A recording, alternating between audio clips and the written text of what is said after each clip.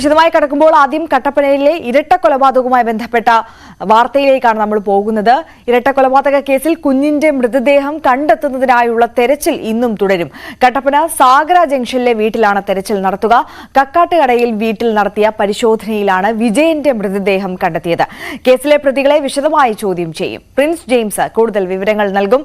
Prince, നാടിനെ നടുക്കിയ രണ്ട് കൊലപാതകങ്ങൾ, അതിൽ ഈ വിജയൻ എന്ന് പറയുന്ന വയോധികന്റെ മൃതദേഹം കഴിഞ്ഞ ദിവസം നടന്ന തെരച്ചിലിൽ കണ്ടെത്തിയിരുന്നു. അത് പക്ഷേ ഇനി ആ കുഞ്ഞിന്റെ മൃതദേഹം കണ്ടെത്തണം. അത് സാഗര ജംഗ്ഷനിലെ ഇവര് നേരത്തെ താമസിച്ച വീട്ടിലാണ് കുഴിച്ചിട്ടത് എന്നുള്ളതാണ് പ്രതികളുടെ മൊഴി. അതിനു വേണ്ടിയിട്ടുള്ള നടപടികൾ, പരിശോധന ആരംഭിച്ചോ? ആര്യ, 2016 ഈ കേസിനാസ്പദമായ സംഭവം നടക്കുന്നത്. ഏകദേശം പ്രതികളൊരാളായ വിഷ്ണു വിജയന്റെ സഹോദരിക്കുണ്ടായ കുഞ്ഞിനെ, ഏകദേശം 4 ദിവസം മാത്രം പ്രായമുള്ള കുഞ്ഞിനെ നിതീഷ് കൊലപ്പെടുത്തുകയായിരുന്നു. പിന്നീട് ഈ കക്കാട്ടുകടയിൽ വെച്ച് കൊല്ലപ്പെട്ട വിജയന്റെ സഹായത്തോടെയായിരുന്നു കൊലപാതകം. തുടർന്ന് ഈ വീടിന്റെ വശത്തൊഴുത്തിൽ കുഴിച്ചിട്ടു എന്നാണ് പോലീസ് നൽകിയ മൊഴി. ഇതേ തുടർന്നാണ് ഇന്നലെ കക്കാട്ടുകടയിലെ വീട്ടിലെ പരിശോധനയ്ക്ക് ശേഷം പോലീസ് സാഗര ജംഗ്ഷനിൽ മുൻപ് താമസിച്ചിരുന്ന വീട്ടിലും പരിശോധന നടത്തിയത്. ഏകദേശം 2 മണിക്കൂറോളം ഇവിടെ ഈ തൊഴുത്തിൽ പരിശോധന നടത്തിയെങ്കിലും മൃതദേഹ അവശിഷ്ടങ്ങളൊന്നും കണ്ടെത്താൻ സാധിച്ചില്ല. അപ്പോൾ ഇവിടുന്ന് മണ്ണ് ഫോറൻസിക് വിഭാഗം ശേഖരിച്ചിട്ടുണ്ട്. വ്യക്തമായ പരിശോധനകൾ നടത്തും. എന്തായാലും ഈ പ്രദേശത്ത് ഇന്നും വീണ്ടും തെരച്ചിൽ നടത്താനാണ് പോലീസിന്റെ തീരുമാനം. അതിനായി വിശദമായ ചോദ്യം ചെയ്യുന്നുണ്ട്. പ്രതികളെ വിശദമായ ചോദ്യം ചെയ്ത് ഇവരുടെ പറയുന്ന മൊഴികളിൽ വൈരുദ്ധ്യമുണ്ടോ, മൃതദേഹം ഇവിടുന്ന് മാറ്റിയിരുന്നോ എന്നതൊക്കെ സംബന്ധിച്ച് പോലീസ് സംശയിക്കുന്നുണ്ട്. ഇത് സംബന്ധിച്ച് വിശദമായ ചോദ്യം ചെയ്ത ശേഷമായിരിക്കും ഉടൻ തിരച്ചിൽ നടത്തുക. എന്തായാലും കഴിഞ്ഞ ദിവസത്തെ തെരച്ചിലിൽ വിജയന്റെ മൃതദേഹം കക്കാട്ടുകടയിലെ വീട്ടിൽ നിന്നും വീടിനുള്ളിൽ കുഴിച്ചിട്ട് തന്നെ കണ്ടെത്തിയിരുന്നു. 2016 ഈ കുഞ്ഞിനെ കൊലപ്പെടുത്തിയത്.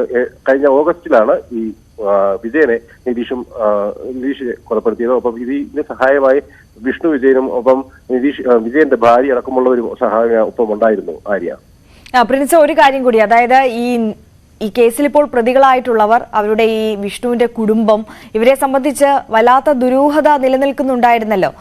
ആ ദുരൂഹത അഴിക്കാനുള്ള ശ്രമങ്ങൾ കൂടി പോലീസ് ഈ ചോദ്യം ചെയ്യലിലൂടെ നടത്തുന്നുണ്ടല്ലോ. ഈ അമ്മയും പെങ്ങളെയും ഇപ്പോൾ ഈ താമസിക്കുന്ന വീട്ടിലെ ആ പരിസരത്തുള്ളവർക്ക് അറിയ പോലും ഇല്ല എന്നുള്ളൊരു സാഹചര്യം കൂടിയുണ്ട്. എന്തിനിവർ ഈ ഒരു ദുരൂഹത വെച്ചു പുലർത്തി എന്നുള്ള ചോദ്യം അവിടെ അവശേഷിക്കുന്നുണ്ട്.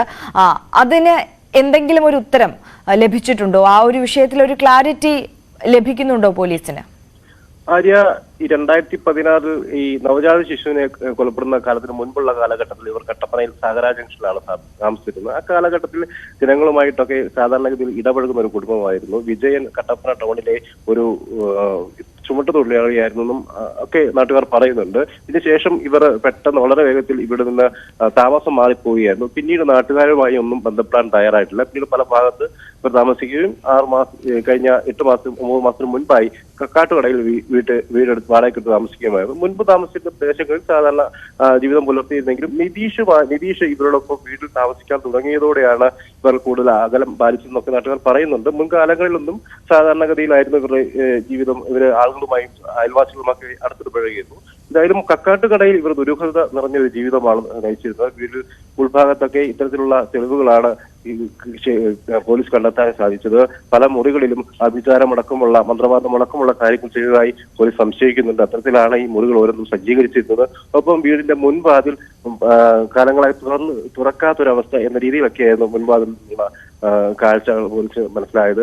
എന്തായാലും കട്ടപ്പന പോലീസ് മോഷണ കേസുമായി ബന്ധപ്പെട്ട് നടത്തിയ ഒരു അന്വേഷണമാണ് ഇരട്ട കൊലപാതകത്തിന്റെ തെളിവ് സൂചനകൾ ഇതിലേക്ക് എത്തിയത്. പ്രത്യേകിച്ചും കട്ടപ്പന സിഐയുടെ ഒരു അവസരോചിതമായ ഇടപെടൽ കാര്യത്തിൽ വീടിൽ മോഷണത്തെ തുടർന്നുണ്ടായ അന്വേഷണത്തിനായി വീട്ടിലെത്തിയപ്പോൾ ഉണ്ടായ സംശയങ്ങളെ തുടർന്ന് അന്വേഷണം വേഗത്തിലാക്കിയതോടെയാണ് ഈ കേസിലെ നിർണായകമായ വിവരങ്ങൾ ലഭിക്കുകയും തുടർന്ന് ഇന്നലെ വിജയന്റെ മൃതദേഹം കണ്ടെത്താൻ സാധിക്കുകയും ചെയ്തത്. എന്തായാലും ഇന്നും കുഞ്ഞിന്റെ മൃതദേഹം കണ്ടെത്താനുള്ള തെരച്ചിൽ തുടരും. ആര്യ, ശരി, പ്രിൻസ് ജെയിംസ് ആണ് വിവരങ്ങൾ നൽകിയത്. മറ്റൊരു വാർത്തയിലേക്ക് പോകുമ്പോൾ കേരള സർവകലാശാല കലോത്സവത്തിലെ സംഘർഷത്തിൽ SFIക്കാർക്കെതിരെ കേസെടുത്ത പോലീസ്.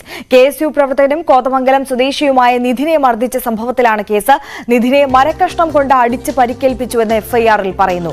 വിവരങ്ങളുമായി VV വിനോദ് ചേരുകയാണ്. വിനോദ്, ഈ SFIക്ക് കൂട്ടുനിൽക്കുന്നു, SFIക്കെതിരെ നടപടി സ്വീകരിക്കുന്നില്ല എന്നുള്ള വലിയ പരാതിയൊക്കെ KSUവിന്റെ ഭാഗത്തുനിന്ന് ഉയരുന്നുണ്ടായിരുന്നു. എന്തായാലും ഒടുവിൽ SFIക്കെതിരെ ഒരു നടപടിക്ക് പോലീസ് ഒരുങ്ങിയിരിക്കുന്നു. നിധിനെ എതിരെ ഇപ്പോൾ FIR രജിസ്റ്റർ ചെയ്തിരിക്കുന്നു എന്നുള്ള വാർത്ത വരുന്നു. കൂടുതൽ വിവരങ്ങൾ എങ്ങനെയാണ്?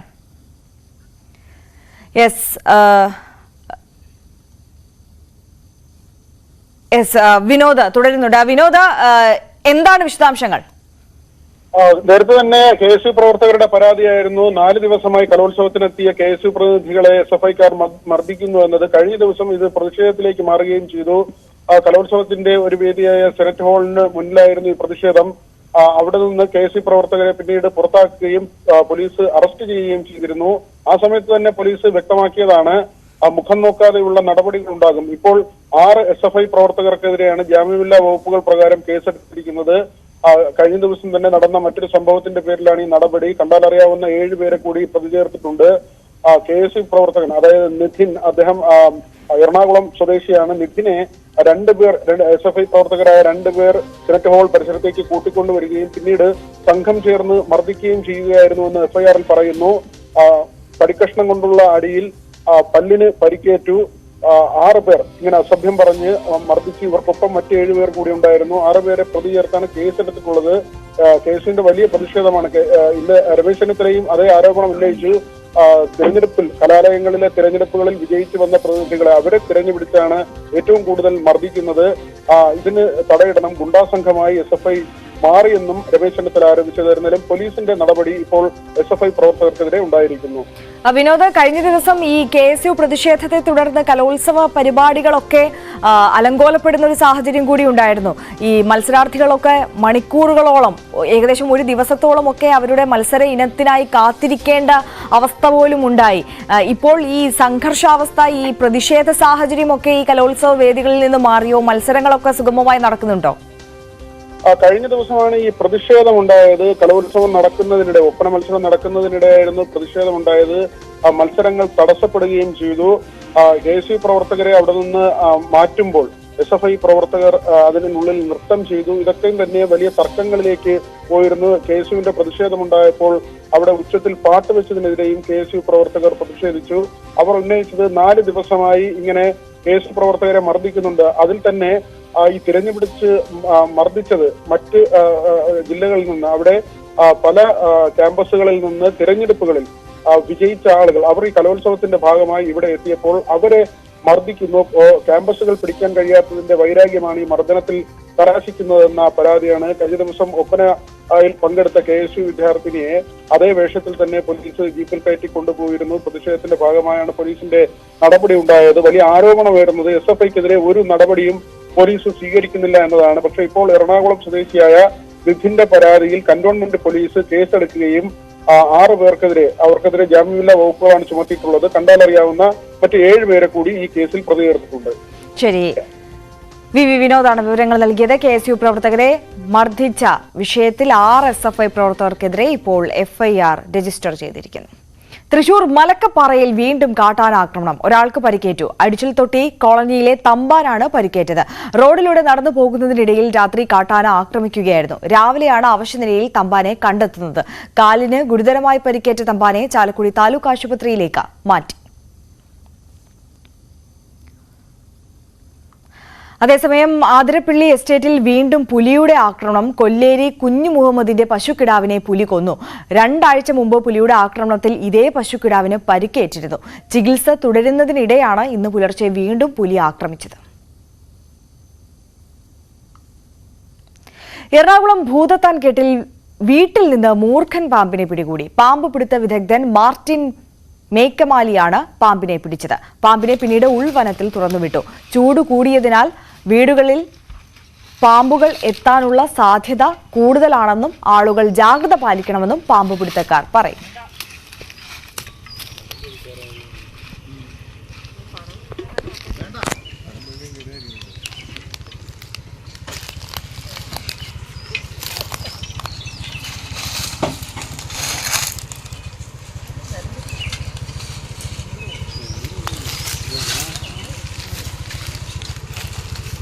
പത്തി കൊടുക്കണോ? ആ പത്തിയ എന്റെ നേരം നിർത്തി കാണിച്ചു. ആ തലേ ചെന്ന് പിടിച്ചതേ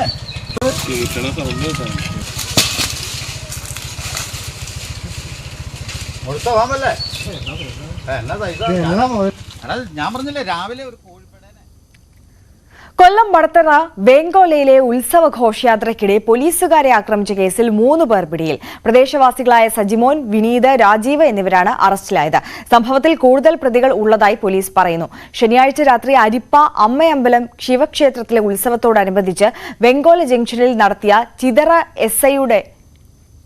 എത്തിയ ചിതറ എസ്ഐയുടെ വാഹനത്തിന് മുന്നിൽ ഒരു സംഘം നൃത്തം ചെയ്ത് മാർഗതടസ്സമുണ്ടാക്കിയതാണ് സംഭവത്തിന്റെ തുടക്കം. വാഹനത്തിൽ നിന്ന് പുറത്തിറങ്ങിയ വനിതാ എസ്ഐയെ തടഞ്ഞുവെച്ച് ചുറ്റും കൂടി നൃത്തം ചെയ്യുകയും വനിതാ എസ്ഐയെ ഉപദ്രവിക്കുകയും ജീപ്പിന്റെ സൈഡ് മിറർ അടിച്ച് തകർക്കുകയും ചെയ്തു.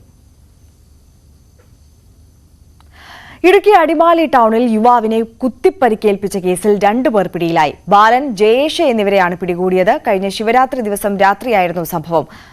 പടിക്കപ്പ് സ്വദേശികളായ ബാലൻ, ജയേഷ് എന്നിവരാണ് പിടിയിലായത്. പരിക്കേറ്റ സുബ്രഹ്മണ്യൻ ചികിത്സയിലാണ്. മുൻ വൈരാഗ്യമാണ് ആക്രമണത്തിന് കാരണമെന്നാണ് സൂചന. കണ്ണൂർ ആലക്കോട് കുട്ടാപ്പറമ്പിൽ ജീപ്പും സ്കൂട്ടിയും കൂട്ടിയിടിച്ച് ഒരാൾക്ക് പരിക്ക്. പൂവഞ്ചാൽ സ്വദേശി ബിനുവിനാണ് പരിക്കേറ്റത്. ഇടിയുടെ ആഘാതത്തിൽ റോഡിലേക്ക് തെറിച്ചു വീഴുകയായിരുന്നു. ഇയാളെ ആലക്കോട്ടെ സ്വകാര്യ ആശുപത്രിയിൽ പ്രവേശിപ്പിച്ചു.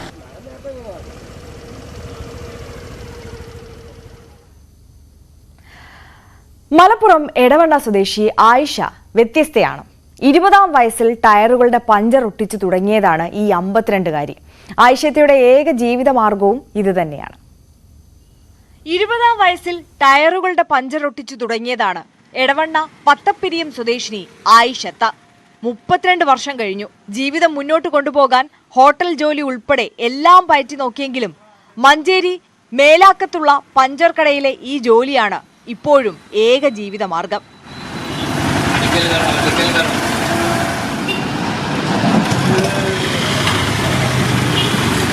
സ്ത്രീകൾ അധികം ഇറങ്ങിച്ചെല്ലാത്ത ഒരു തൊഴിൽ മേഖലയിൽ ഇത്രനാൾ പിടിച്ചു നിൽക്കുക എന്നതും ചില്ലറ കാര്യമല്ല.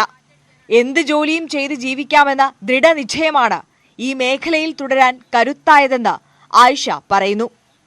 നിരവധി പേർക്ക് പ്രചോദനവുമാണ് ആയിഷ. ന്യൂസ് 18 തിരൂർ.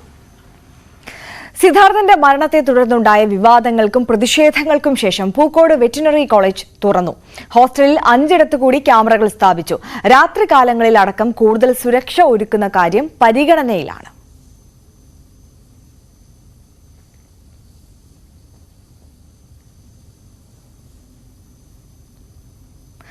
തരിശുഭൂമി കൃഷിയോഗ്യമാക്കി വിളവിറക്കിയ തണ്ണിമത്തൻ കൃഷിയിൽ 100 മേനി വിളവ്. പാലക്കാട് മുതുതല പഞ്ചായത്ത് ഓഫീസിന് സമീപം മച്ചിങ്ങത്തൊടി കിഴക്കേതിൽ ഹംസയുടെ ഫാമിൽ കൃഷി ചെയ്ത തണ്ണിമത്തനാണ് വിളവെടുത്തു തുടങ്ങിയത്. കനത്ത വേനലിൽ ആശ്വാസമേകുന്നതിനൊപ്പം കാർഷിക മേഖലയ്ക്കും ഉണർവ് പകരുകയാണ് തണ്ണിമത്തൻ കൃഷി. വള്ളുവനാട്ടിൽ 2ാം വിള കൊയ്ത പാടങ്ങളിലെല്ലാം തണ്ണിമത്തൻ കൃഷി സജീവമാണ്. മുതുതല ഗ്രാമപഞ്ചായത്ത് ഓഫീസിന് സമീപം നടന്ന തണ്ണിമത്തൻ കൃഷി വിളവെടുത്തപ്പോൾ ലഭിച്ചത് 100 മേനി. മജിങ്ങത്തൊടി ഹംസയുടെ നേതൃത്വത്തിലാണ് കൃഷി ഇറക്കിയത്. 70 സെന്റ് സ്ഥലത്ത് 1500 തൈകളാണ് നട്ടത്. 75 ദിവസം കൊണ്ട് തണ്ണിമത്തൻ വിളവെടുപ്പിന് സജ്ജമായി. തുള്ളിനന സംവിധാനമാണ് ഉപയോഗിച്ചത്. 1 മുതൽ 6 കിലോഗ്രാം വരെ തൂക്കം വരുന്ന തണ്ണിമത്തൻ കൃഷിക്ക് 1 ലക്ഷം രൂപ ചെലവ് വന്നതായി ഫാം ഉടമ ഹംസ പറഞ്ഞു. പഞ്ചായത്തിലെ എക്കോ ഷോപ്പിലും പ്രദേശങ്ങളിലെ കടകളിലും എത്തിച്ച് വിൽപ്പന നടത്താനാണ് ശ്രമം. ന്യൂസ് 18 പാലക്കാട്. തിരുവനന്തപുരം മധുര അമൃത എക്സ്പ്രസിന് കഴക്കൂട്ടത്ത് സ്റ്റോപ്പ് അനുവദിച്ചു. 1 മിനിറ്റാണ് കഴക്കൂട്ടത്ത് സ്റ്റോപ്പ് അനുവദിച്ചത്. യാത്രക്കാരുടെ ദീർഘനാളായുള്ള ആവശ്യമായിരുന്നു ഇത്.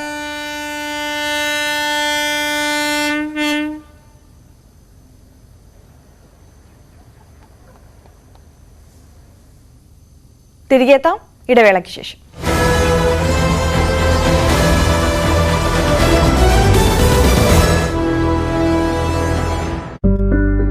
വിളിച്ച് കരഞ്ഞു, എങ്ങനെയും ഡൽഹിയിലുള്ളവരോടൊന്നും പറയണം, എന്നെ ഇതിൽ നിന്ന് ഒഴിവാക്കി തരണം, അങ്ങനെ ഒരു തോന്നലാണോ ആദ്യം? അല്ല, ഞാനത് എനിക്ക് അതിന്റെ തെരഞ്ഞെടുപ്പിന്റെ റിസൾട്ടിനെ സംബന്ധിച്ചുള്ള ആശങ്കകൾ കൊണ്ടൊന്നുമല്ല. ഞാൻ KSU പ്രസിഡന്റ് ആയിരിക്കുമ്പോൾ പാലക്കാട് പോയി മത്സരിക്കാനുണ്ടായ സാഹചര്യമൊക്കെ ഓർമ്മയില്ലേ? എന്നെ സ്വീകരിക്കാൻ വന്ന പ്രകടനത്തിന് 200 ആളും അന്ന് അതിനെതിരായിട്ട് 700 ആൾ വേറെ പ്രകടനം അപ്പുറത്തുണ്ടായിരുന്നു. അങ്ങനത്തെ സിറ്റുവേഷനിലൊന്നും അങ്ങനെ ഭയപ്പെട്ട് തീരുമാനങ്ങൾ എടുക്കുന്ന ആളൊന്നും ആയിട്ടല്ല ഞങ്ങളെയൊന്നും പാർട്ടി വളർത്തിയിട്ടുള്ളത്. പക്ഷെ എനിക്ക് പെട്ടെന്ന് വരുന്ന ആശങ്ക, ഞാൻ പാലക്കാട് നിന്ന് പോവാണെന്നുള്ള ഞാൻ സ്വപ്നത്തിൽ വിചാരിക്കുന്നില്ലല്ലോ. അത് കേൾക്കുമ്പോൾ പെട്ടെന്ന് രാഘവട്ടനെ വിളിച്ചപ്പോൾ ഞാൻ പറഞ്ഞു, രാഘവട്ടൻ ഞാൻ എങ്ങനെ പാലക്കാട് നിന്ന് പോരുക, എനിക്കിവിടെ ഞാനിത് ഇവിടുത്തെ ആൾക്കാരോട് ആരോടും പറഞ്ഞിട്ടില്ല, എനിക്ക് അത് ഭയങ്കര പ്രയാസവും, അവർക്കും പ്രയാസവും എനിക്കും പ്രയാസവും. അപ്പോൾ നമുക്ക് കുറച്ചും കൂടെ മെച്ചപ്പെട്ട കാൻഡിഡേറ്റിനൊക്കെ അവിടെ കിട്ടൂലേ എന്ന് ചോദിച്ചപ്പോഴാണ് രാവേട്ടൻ പറഞ്ഞു നീ ഇവിടെ വരണം, പിന്നെ നീ ഇവിടെ ജയിക്കും തന്നെ അവർ കാത്തിരിക്കുകയാണ്, നിനക്ക് വടകരക്കാരെ അറിയാഞ്ഞിട്ടാണ്, നിനക്ക് പാലക്കാട്ടുകാർ തരുന്ന പോലെ തന്നെ സ്നേഹം അവരും തരും, ധൈര്യമായിട്ട് കയറിപ്പോരെ എന്നൊക്കെ പറഞ്ഞു. അപ്പം അത് വിളിച്ച് പെട്ടെന്ന് ഇങ്ങനെ ഒരു ആശങ്ക അറിയിക്കുന്നതിൻ്റെ ബേസ് എന്ന് പറയുന്നത് പാലക്കാട് നിന്ന് പെട്ടെന്ന് ഞാൻ പോവാന്ന് പറയുമ്പം അത് പെട്ടെന്ന് ആദ്യമായിട്ട് എന്നോട് പറയുമ്പോൾ നിങ്ങളൊന്ന് ആലോചിച്ച് നോക്കിയ ഫോണിൽ വിളിച്ചിട്ട് നാളെ വടകരയെ സ്ഥാനാർത്ഥിയായിട്ട് പ്രഖ്യാപിക്കുക എന്ന് ഇന്ന് രാത്രി വിളിച്ച് പറഞ്ഞാലുള്ള പെട്ടെന്നുണ്ടാവുന്ന മാനസികാവസ്ഥ എന്താ, എനിക്ക് നാളെ MP ആവാലോ, അല്ലെങ്കിൽ അവിടെ അതൊന്നും അല്ലല്ലോ ആലോചിക്കുക. നമ്മൾ പ്രതിനിധാനം ചെയ്യുന്ന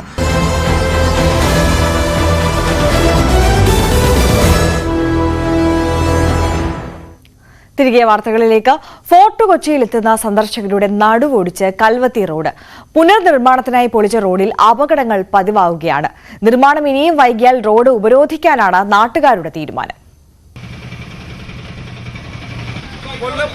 ജനങ്ങളെ ബുദ്ധിമുട്ടിക്കുന്നത് ചേരവാസികൾ തിങ്ങിപ്പാർക്കുന്ന സ്ഥലമാണ്.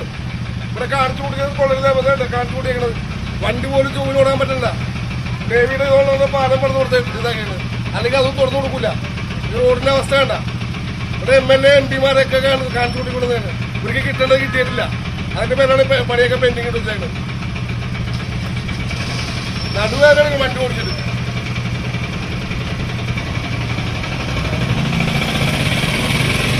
ഇതൊരു ഓട്ടോ ഡ്രൈവറുടെ മാത്രം പരാതിയല്ല, ഫോർട്ട് കൊച്ചിക്കാരുടെ പ്രതിഷേധമാണ്. ഫോർട്ട് കൊച്ചിയെയും മട്ടാഞ്ചേരിയെയും ബന്ധിപ്പിക്കുന്ന പ്രധാന റോഡുകളിലൊന്നാണ് കൽവത്തി. കൊച്ചി സ്മാർട്ട് മിഷൻ ലിമിറ്റഡിന്റെ കീഴിൽ റോഡ് നവീകരണത്തിനായി പൊളിച്ചിട്ടതാണ്.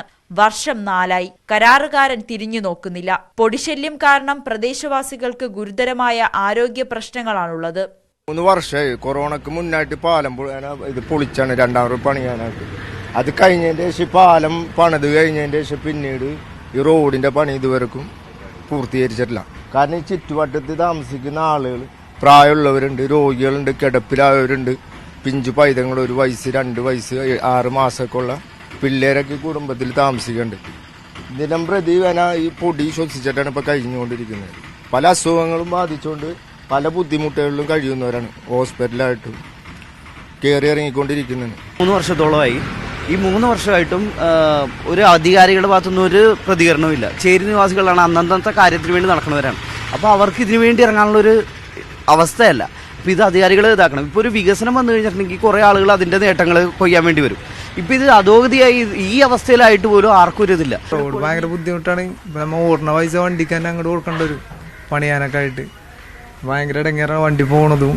പിന്നെ പുലിക്കൊക്കെ വന്നതിനാണ് വണ്ടി തട്ടലൊക്കെ ഉണ്ട്. ഇപ്പൊ ഓടണ ആശി വണ്ടി നന്നാക്കാൻ വേണ്ടി തന്നെ ചെലവാക്കണം. കാരണം റോഡിന്റെ അവസ്ഥ അത്രയും ദയനീയമാണ്. നമ്മ ഓടി ഓടി നടു കാല് ഇതൊക്കെ പോയിക്കൊണ്ടിരിക്കുകയാണ്. ഡെയിലി തന്നെയുള്ള ഓടണ. ഇവര് വന്നിട്ട് ഇന്ന് കുയിക്കും, നാളെ വന്നിട്ട് മൂടും, പിന്നെയും കുയിക്കും, പിന്നെയും മൂടും. ഇതൊക്കെ തന്നെയാണ് അവസ്ഥ. വിദേശികളും സ്വദേശികളും അടക്കം നിരവധി പേരാണ് ദിവസവും ഫോർട്ട് കൊച്ചിയിലെത്തുന്നത്. പൊട്ടിപ്പൊളിഞ്ഞ റോഡും പൊടിയും കാരണം റോഡിൽ ഇറങ്ങാൻ കഴിയാത്ത അവസ്ഥയായി. CSML-ന്റെ കീഴിലായതിനാൽ ഇടപെടാൻ കഴിയില്ലെന്നാണ് PWD പറയുന്നത്. പലതവണ പരാതിയുമായി കളക്ടറെ സമീപിച്ചുവെങ്കിലും കരാറുകാരന്റെ അനാസ്ഥ എന്ന മറുപടി മാത്രമാണ് ലഭിച്ചത്. കരാറുകാരനെതിരെ എന്തുകൊണ്ട് നടപടിയെടുക്കുന്നില്ല എന്ന ചോദ്യത്തിന് ഉത്തരവുമില്ല. കളക്ടറിന്റെ ഭാഗത്തുനിന്ന് ഒരു നടപടിയില്ല. കളക്ടറിന് നമ്മൾ പല തവണയായിട്ട് കളക്ടർ ഓഫീസിൽ വിളിച്ച് അപ്പോയിൻമെന്റ് എടുത്തിട്ടൊന്നും നമുക്ക് കിട്ടുന്നില്ല. കളക്ടർ അടുത്ത് ഇമെയിൽ ചെയ്തിട്ട് കളക്ടറിന് തീരെ മറുപടിയില്ല. ഈ കളക്ടർ കാണാനിട്ടാണോ അല്ലെ ഞങ്ങളെ അവോയ്ഡ് ചെയ്യണാണോ എന്ന് എനിക്ക് അറിയാൻ പറ്റുന്നില്ല. കളക്ടറിനെ കളക്ടറിന് വാട്സപ്പിൽ മെസ്സേജ് വരെയും ചെയ്തിട്ടുണ്ട്, എന്നിട്ട് പോലും ഒരു മറുപടിയുമില്ല. ഈ കളക്ടറും ഞങ്ങൾ അതേപോലെ തന്നെ മുഖ്യമന്ത്രിക്കും പരാതി കൊടുത്തിരുന്നത് PWD-യുടെ പ്രൊജക്റ്റ് അല്ലാതെ കാരണം അവർക്കും ഒന്നും ചെയ്യാൻ കഴിയില്ല എന്നുള്ളതാണ്. CSML-ന്റെ ഓഫീസിൽ 9 തവണ ഇതിക്ക് മുമ്പ് പോയിട്ടുണ്ട് ഈ ചുങ്കമ്പാലത്തിൻ്റെ കാര്യത്തിന് വേണ്ടി. 9 തവണ പോയിട്ടും അവരുടെ GM രാജി എനിക്ക് അപ്പോയിൻമെൻറ്റ് തന്നിട്ടില്ല. അവർക്ക് ഇമെയിൽ ചെയ്തിട്ട് അപ്പോയിൻമെൻറ്റ് ചോദിച്ചിട്ട് അവർ മറുപടി തന്നിട്ടില്ല. ഫോൺ ചെയ്താൽ എടുക്കില്ല. ഇതാണ് അവിടുത്തെ അവസ്ഥ. നിർമ്മാണം ഉടൻ പൂർത്തിയാക്കിയില്ലെങ്കിൽ റോഡ് ഉപരോധിച്ച് പ്രതിഷേധം സംഘടിപ്പിക്കാനാണ് നാട്ടുകാരുടെ തീരുമാനം. ന്യൂസ് 18 കൊച്ചി. ചുട്ടുപൊള്ളുന്ന വേനലിൽ പട്ടാമ്പിയിലെത്തുന്നവർക്ക് തണുത്ത വെള്ളം കുടിച്ചു പോകാം. 1 രൂപയ്ക്ക് 1 ലിറ്റർ കുപ്പിവെള്ളം നൽകുന്ന വാട്ടർ ATM പദ്ധതിക്ക് തുടക്കമായി. നഗരത്തിലെ 4 കേന്ദ്രങ്ങളിലാണ് വാട്ടർ ATM സ്ഥാപിക്കുന്നത്. വേനൽ ചൂടിൽ പൊതുജനങ്ങൾക്ക് ആശ്വാസമാകുക എന്ന ലക്ഷ്യത്തോടെയാണ് പട്ടാമ്പി നഗരസഭയുടെ നേതൃത്വത്തിൽ വാട്ടർ ATM പദ്ധതി ആവിഷ്കരിക്കുന്നത്. 1 രൂപയ്ക്ക് 1 ലിറ്റർ തണുത്ത വെള്ളം ലഭ്യമാക്കുന്നതാണ് പദ്ധതി.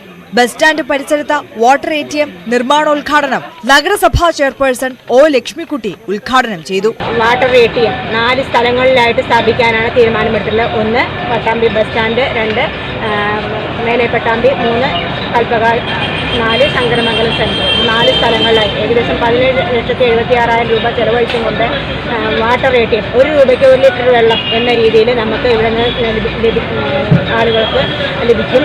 അതോടൊപ്പം തന്നെ ശുദ്ധമായ തണുത്ത വെള്ളവും ലഭിക്കും. സാധാ പച്ചവെള്ളവും ഇതിൽ നിന്ന് സൗകര്യപ്രദമായി നമുക്ക് ലഭിക്കും. 17 ലക്ഷത്തിലേറെ രൂപ ചെലവഴിച്ചാണ് വാട്ടർ ATMകൾ സ്ഥാപിക്കുന്നത്. ബസ് സ്റ്റാൻഡ്, മേലെ പട്ടാമ്പി, കൽപ്പക സ്ട്രീറ്റ്, ശങ്കരമംഗലം എന്നിവിടങ്ങളിലാണ് വാട്ടർ ATM കൗണ്ടർ സേവനം ലഭിക്കുന്നത്. ന്യൂസ് 18 പട്ടാമ്പി. NGO യൂണിയൻ വജ്ര ജൂബിലി ആഘോഷങ്ങളുടെ ഭാഗമായി കോട്ടയം ജില്ലാ കമ്മിറ്റി നിർമ്മിച്ചു നൽകിയ 4ാമത്തെ വീടിന്റെ താക്കോൽ കൈമാറി. ആർപ്പൂക്കരയിൽ പൂർത്തിയായ വീടിന്റെ താക്കോൽ ദാനം മന്ത്രി VN വാസവൻ നിർവഹിച്ചു. കർഷക സംഘം ജില്ലാ വൈസ് പ്രസിഡന്റ് MS സാനു, വ്യാപാരി വ്യവസായ സമിതി general secretary ES Biju, NGO union നേതാക്കളായ Seema S Nair, MN Anilkumar, KR Anilkumar എന്നിവർ പങ്കെടുത്തു. NGO യൂണിയൻ വജ്ര ജൂബിലി പ്രവർത്തനങ്ങളുടെ ഭാഗമായി നവകേരളം ജനപക്ഷ സിവിൽ സർവീസ് എന്ന മുദ്രാവാക്യമുയർത്തി ബഹുമുഖമായ പ്രവർത്തനങ്ങളാണ് ഏറ്റെടുത്തിരിക്കുന്നത്. വജ്ര ജൂബിലിയോടനുബന്ധിച്ച് സംസ്ഥാനത്ത് 60 അതിദരിദ്ര കുടുംബങ്ങൾക്കാണ് വീട് നിർമ്മിച്ചു നൽകുന്നത്. ഗുരുവായൂരിൽ സ്വകാര്യ വ്യക്തിയുടെ കുളം പ്ലാസ്റ്റിക് മാലിന്യങ്ങൾ നിറച്ചു മൂടുന്നതായി പരാതി. അയൽവാസികൾ നഗരസഭാ സെക്രട്ടറിക്ക് പരാതി നൽകിയിട്ടും നടപടി എടുക്കുന്നില്ലെന്നാണ് പരാതി. 4 ദിവസം മുമ്പാണ് സ്വകാര്യ വ്യക്തി വീടിന് സമീപമുള്ള കുളം നികത്തുന്നത് നാട്ടുകാരുടെ ശ്രദ്ധയിൽപ്പെട്ടത്.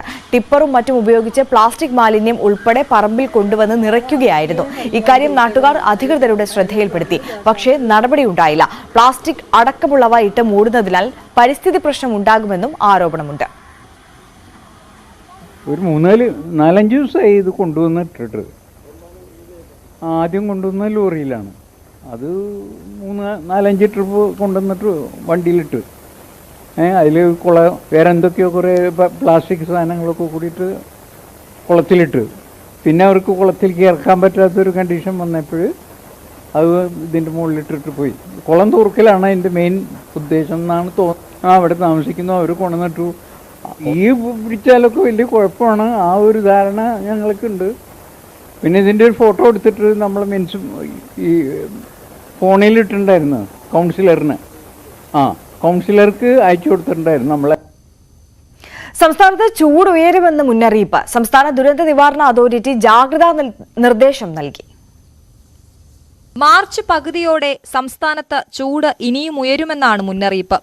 ഉയർന്ന ചൂട് സൂര്യാഘാതം, സൂര്യാതപം, നിർജ്ജലീകരണം തുടങ്ങിയ ഗുരുതര സ്ഥിതിയിലേക്ക് നയിക്കും. പകൽ 11 മുതൽ വൈകുന്നേരം 3 വരെ ശരീരത്തിൽ തുടർച്ചയായി സൂര്യപ്രകാശം ഏൽക്കുന്നത് ഒഴിവാക്കണമെന്നാണ് നിർദ്ദേശം. മാർക്കറ്റുകൾ, കെട്ടിടങ്ങൾ, മാലിന്യശേഖരണ നിക്ഷേപ കേന്ദ്രങ്ങൾ തുടങ്ങിയയിടങ്ങളിൽ തീപിടുത്തങ്ങൾ വർദ്ധിക്കാനുള്ള സാധ്യത ഏറെയാണ്. ഫയർ ഓഡിറ്റ് നടത്തേണ്ടതും കൃത്യമായ സുരക്ഷാ മുൻകരുതൽ സ്വീകരിക്കുകയും വേണം. ഇവയോട് ചേർന്ന് താമസിക്കുന്നവരും സ്ഥാപനങ്ങൾ നടത്തുന്നവരും ജാഗ്രത പാലിക്കണം. കാട്ടുതീ വ്യാപിക്കാനുള്ള സാധ്യതയുണ്ടെന്നും മുന്നറിയിപ്പിൽ പറയുന്നു. വനമേഖലയോട് ചേർന്ന് താമസിക്കുന്നവരും വിനോദസഞ്ചാരികളും ജാഗ്രത കാട്ടണം. ഉച്ചവെയിലിൽ കന്നുകാലികളെ മേയാൻ വിടുന്നതും മറ്റു വളർത്തുമൃഗങ്ങളെ വെയിലത്ത് കെട്ടിയിടുന്നതും ഒഴിവാക്കണം. മൃഗങ്ങൾക്കും പക്ഷികൾക്കും ജലലഭ്യത ഉറപ്പാക്കുക. നിർജ്ജലീകരണം ഉണ്ടാക്കുന്ന പാനീയങ്ങൾ ഒഴിവാക്കണം. അസ്വസ്ഥതകൾ അനുഭവപ്പെട്ടാൽ ഉടൻ ചികിത്സ തേടണം. പരമാവധി വെള്ളം കുടിക്കണമെന്നും ദുരന്ത നിവാരണ അതോറിറ്റിയുടെ നിർദ്ദേശമുണ്ട്. ന്യൂസ് 18 തിരുവനന്തപുരം. ഇനി നോക്കാം സ്വർണം വെള്ളി നിരക്കുകൾ. കവിത ഗോൾഡ് ആൻഡ് ഡയമണ്ട്സ് ഇന്നത്തെ സ്വർണം വെള്ളി നിരക്കുകൾ നിങ്ങൾക്കായി സമർപ്പിക്കുന്നത്. വലിയ സ്വപ്നങ്ങൾ, വലിയ സന്തോഷങ്ങൾ, വലിയ collection. Kavitha gold and diamonds. സ്വർണം 22 ക്യാരറ്റ് ഗ്രാമിന് 6045 രൂപ, പവന് 48,360 രൂപ. സ്വർണം 18 ക്യാരറ്റ് ഗ്രാമിന് 5040 രൂപ, പവന് 40,320 രൂപ. വെള്ളി ഗ്രാമിന് 79 രൂപ, കിലോഗ്രാമിന് 79,000 രൂപ. കവിത ഗോൾഡ് ആൻഡ് ഡയമണ്ട്സ് ഇന്നത്തെ സ്വർണം വെള്ളി നിരക്കുകൾ നിങ്ങൾക്കായി സമർപ്പിക്കുന്നത്. വലിയ സ്വപ്നങ്ങൾ, വലിയ സന്തോഷങ്ങൾ, വലിയ collection. Kavitha gold and diamonds.